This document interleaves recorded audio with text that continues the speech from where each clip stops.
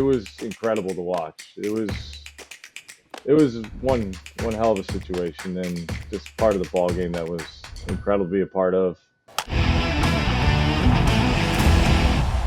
All right, so Nah, we lost you at Hulkhand, but switched out if you some can give us a internet, so refresh. Yeah. quickly switched some internet.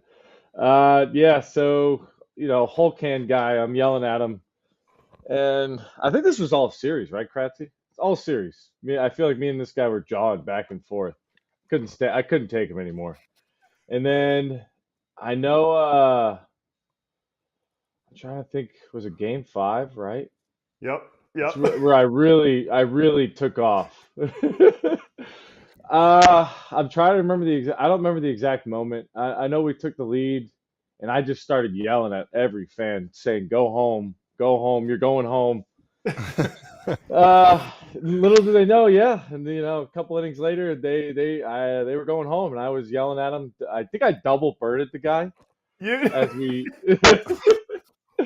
as I was running down those steps. There's a lot of steps down that bullpen, running down it. And double burden everywhere, saying go home. The place was silent. Running past their bullpen, same thing. Didn't care, not one bit. Full ruthless. Ruthless. You were definitely full ruthless, but Didi hit the 2-run homer, and we're down in the bullpen, and the guy's been yelling at you the whole time, and you double birded him, and then you go, "Come on down here!" And then Tommy starts jumping. The wall's too high to jump up and hang and pull yourself up. Tommy's jumping up to be trying to get as close as he can to him. And then exactly right, the same dude. I thought he was hammered in the first inning when Didi hit the homer. He was still there at the end of the game, and you were like, "Yeah, baby, yeah, go home!" As you're running down the steps in the ninth. Oh yeah, entire crowd. Oh yeah,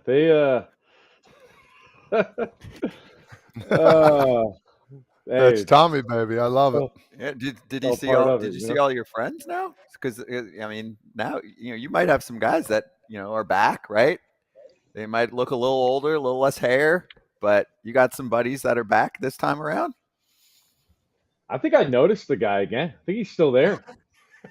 No Hulk hand this time. It looks like the guy. I'm not gonna lie. He's a little more quieter now. Same dude. Yeah, he is.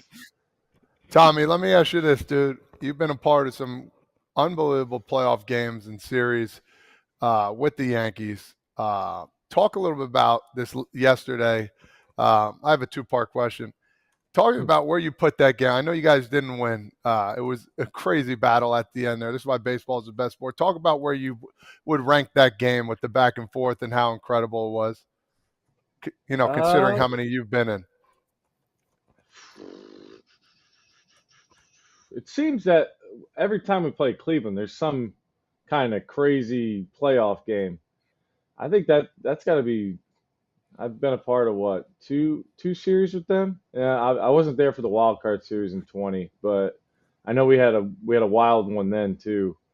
It just seems every time we play Cleveland in the playoffs, there's going to be some crazy games. The Lindor one stands out, the Grand Slam, but we lost that one too. Yeah.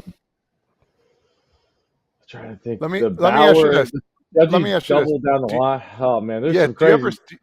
Do you ever sit back and reflect, you've been a part of some unbelievable Yankee playoff games? Have you even reflected of what you've been a part of, and you've been a main part of holding games and saving games? Have you ever just wake up in the morning you're eating your eggs and 3 Red Bulls and you're just this has been absolutely a crazy ass ride, There's times I would say for sure. You're sitting there and you're just kind of what the heck is been in some crazy games, but it's more once people start bringing it up.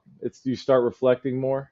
There are times where maybe I'm watching a playoff game or something and kind of hits me, but I would say mostly when you're talking about it. You're sitting there with the guys and they're asking questions and stuff, but it was, last night's game, that is, oh man, I guess it's gotta be one of, I haven't been in too many playoff games, but you gotta put that top 5 probably. No doubt. for No sure. doubt. I mean, you got that, the Lindor one I was talking about. We had the crazy one with Judge against Bauer. And then obviously a couple Houston games we had that were pretty Mm-hmm. monumental. So I'll throw it in the top five that I've had playoff games. Tommy, you've been in 23 playoff games. That's a lot of playoff games. Well, I've That's how many pitched in games you've 20. pitched in. I've seen a lot. I'm trying to think. You've, It's hard to you've seen remember a lot of them. That's okay. I believe that. So I want to take you down to the bullpen where you're forgetting a lot of things. First of all, we talked about it yesterday. It's kind of a two-part John here. About Rizzo calling down in the fourth inning.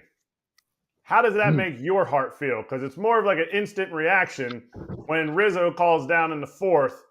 Are you to the point now where you're like, this really doesn't mean anything? So it depends on the situation. Sometimes he would call with no feel, and it would be a situation kind of like where it's, there might be a phone call here.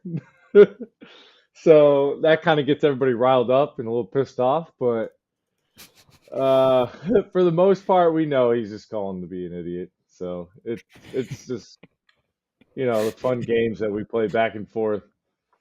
So it's lighthearted and fun for the most part. All right. So the other day, John Sterling said, well, that's the Yankees being the Yankees, running the base like they're drunks, is what John Sterling said. Are the same things said? Because I've heard what Harkey says in the bullpen about position players, about pop-ups, about ground balls, all that stuff. Are those things talked about in the bullpen? And what are some of the funny comments when you see some of the Yankees hitters running around with their invisible cloaks on? The invisible cloaks. Oh, I can't. I will say some things are said. I'm not going to get into specifics, but the bullpen, it's like Vegas. We say what stays in the bullpen, what's said in the bullpen stays in the bullpen. Scratch, you've been down there. You've seen it. You've seen it. I've seen it. I've heard it. Harkey's got some specials, that's for sure. Oh yeah, I'll leave it that. It's some good stuff. Some of the position players have come down and seen it. I don't think they like it, but they wouldn't. That's okay. It's not their place. It's not their place. No, it's not. It's not meant for them. Yeah, you gotta have thick skin. It's not for everyone. I know that. Hearing the stories from Kratz. All right, so a question for you from yesterday.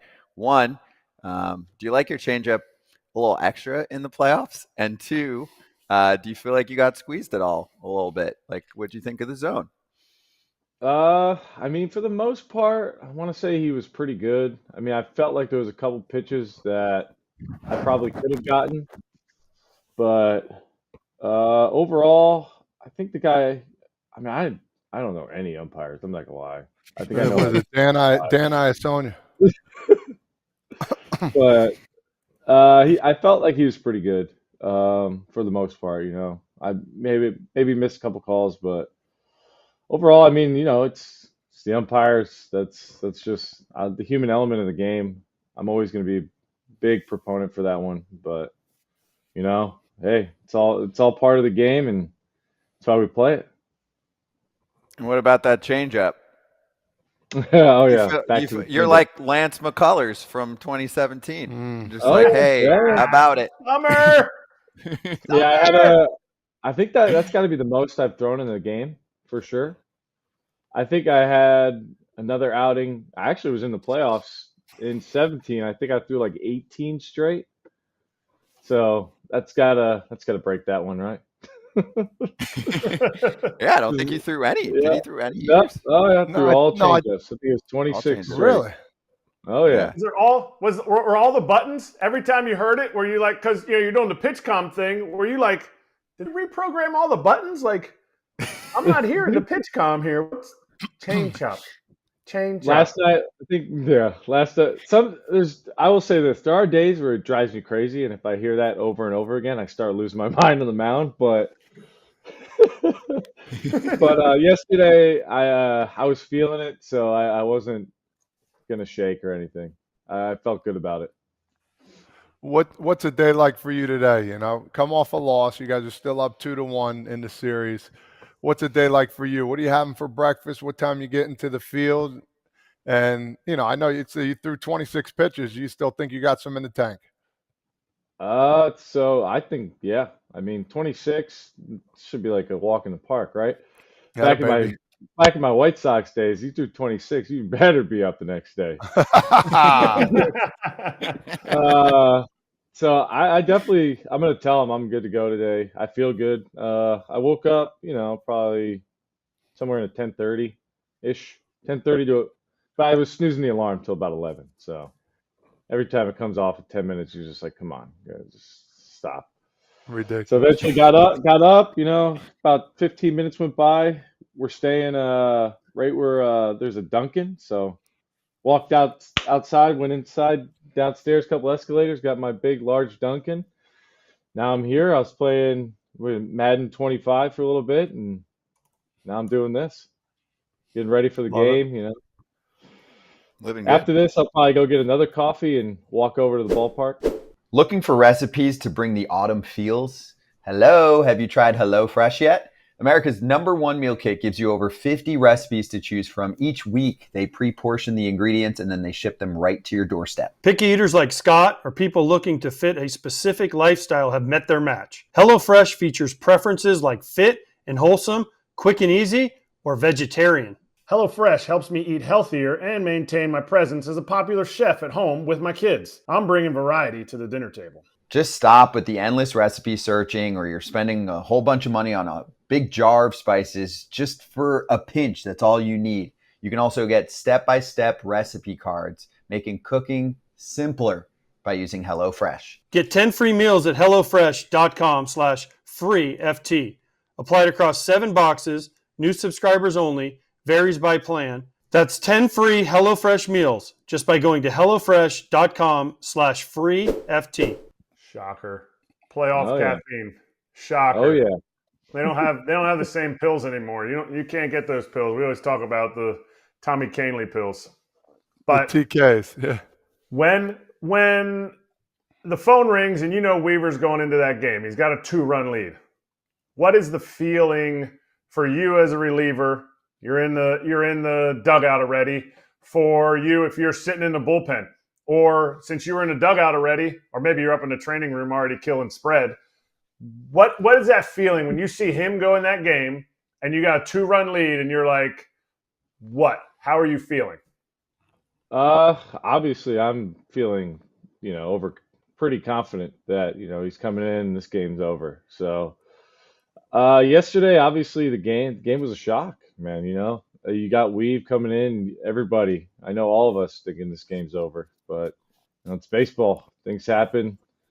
And you can't control, and there you go. Tie ball game.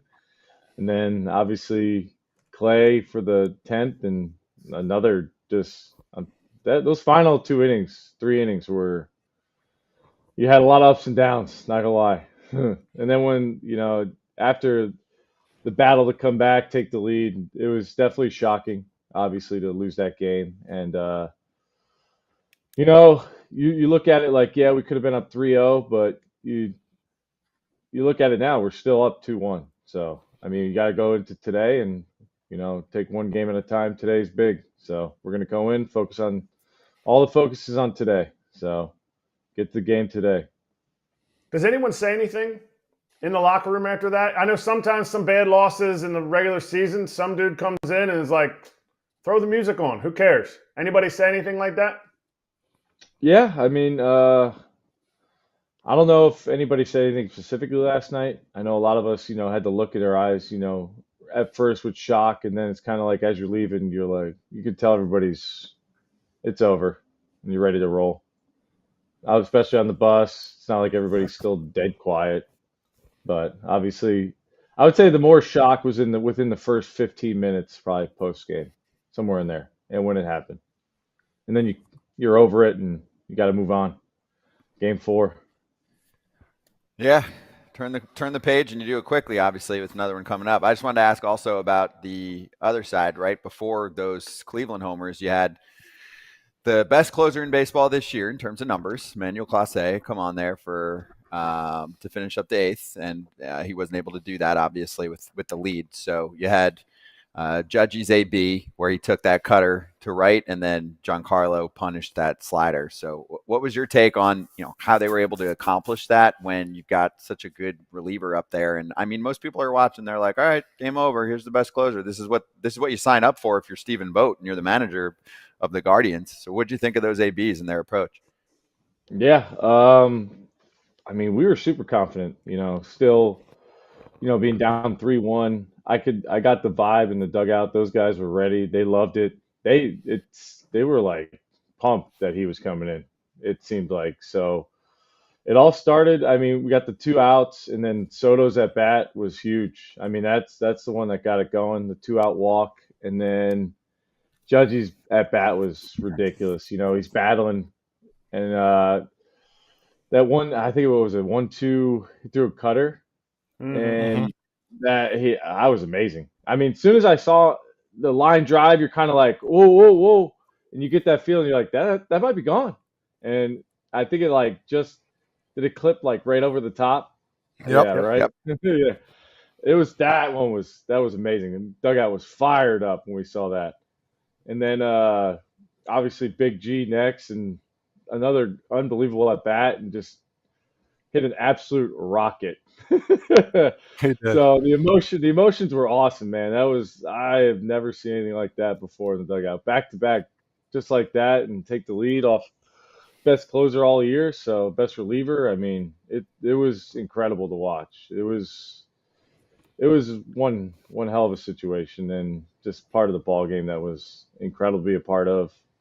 And then obviously me, I had to stay locked in because they told me essentially if we tie or take the lead, I'm going back out. So I'm sitting there I gotta stay locked in and freaking jumping up and down watching this. This is amazing. So it was a whirlwind of emotions for sure in that inning. You just hope that Judgy doesn't hit his head on the lowest dugout in all of baseball, because those heaters are always on. You're gonna burn a spot in your head. When you watch this postseason, it's been Devin Williams, it's been Jeff Hoffman from the Phillies, it's been Edwin Diaz, it's now been Clase 3 different times, it's been Luke Weaver, it's been there is a cavalcade of bullpens that have gotten crushed. As a bullpen guy who has had awesome success, what are you seeing that is different in hitters' approaches? Because you talked about it, the bullpen was. The dugout was juiced. Maybe they had a tip on Clase. Maybe they were, they had a good, direction they were going to hit with, a good idea what they're going to do. Teams don't hit these closer or these deep end of the bullpen guys like they have in the postseason consistently. What are you seeing that's different? Yeah, I've always said that, I talked to bullpen guys, the younger guys, and I told them the way I've always felt when you're pitching in the postseason, it almost seems that the hitters have an extra lock focus to them, and they're a little bit more locked in. I don't know. It just seems that way with everybody. Typically, it's a different ball game in the postseason compared to the regular season, and I think guys want to see more pitches, and it just seems like the more they see something, obviously the better chance you have at possibly, getting a hit or something. But it just seems that extra is kind of there, and maybe we're starting to get a little more tired. Guys are asked to do a little bit more than what they do during the regular season. So you might maybe miss a pitch here and there, and guys are making us pay for, missed pitches. Yeah, I agree. I think it's a long year, but, this is what you work your butt off for. Last thing for me before we let you go, is it still cold in the Cleveland locker room? Remember how cold it is going in that locker room? Is it still like ice cubes or no? It didn't feel like that yesterday. I feel like I was warm. Yeah, I know what you mean. It's when we're at home in our clubhouse. Every time I come out of the shower, I feel like I'm freezing. Oh, freezing. Yeah. I didn't know if they made it extra cold, to try and get you guys off your game a little bit. The small little tactics. I know you do. Love the cold. And Notre Dame, I think they're losing tomorrow against Georgia Tech. I'm just putting it out there. I'm sorry. I saw the shirt you got on there. I'm just being, hey, listen, 10-point underdogs, G-Tech by 3. I'm calling it right now. Georgia Tech's 10-point underdog? Yeah. We'll see. Wow. Go Okay. Irish. We'll see. We'll see. Either dinner's on Todd or not. Or he'll be calling us. Yeah. Did you bring your helmet? You bring your helmet or no? No, I didn't. I should have. I knew it. That's all right. I'm gonna have to start bringing it now. Go out there and win game 4 here. Let's go, baby. You know it, guys. That's what we're hoping Appreciate you. Yeah, Tommy, thanks for the time, obviously, for swinging by. Keep doing your thing and have fun. Hey, everybody. Be sure to like and subscribe for more content. We're back here every weekday, all year long, so do not miss an episode. The videos are coming in all day. Here's another video you might enjoy. Baseball the way it should be covered.